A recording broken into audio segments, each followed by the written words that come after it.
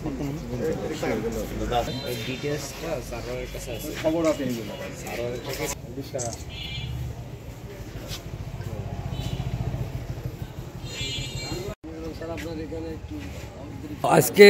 ভোর রাতের দিকে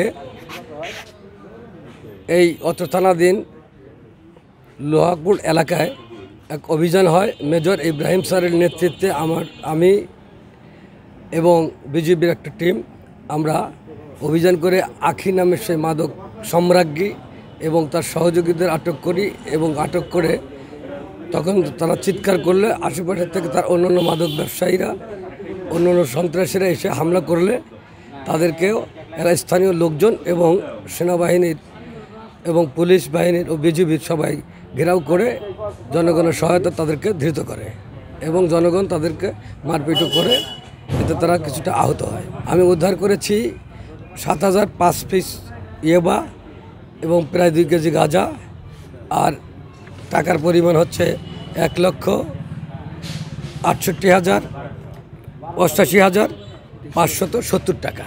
হ্যাঁ, দেশীয় অস্ত্র ছিল 8টা, তাদের হাতে পাওয়া গেছে, আর কিছু ঘর থেকে উদ্ধার করা হয়েছে।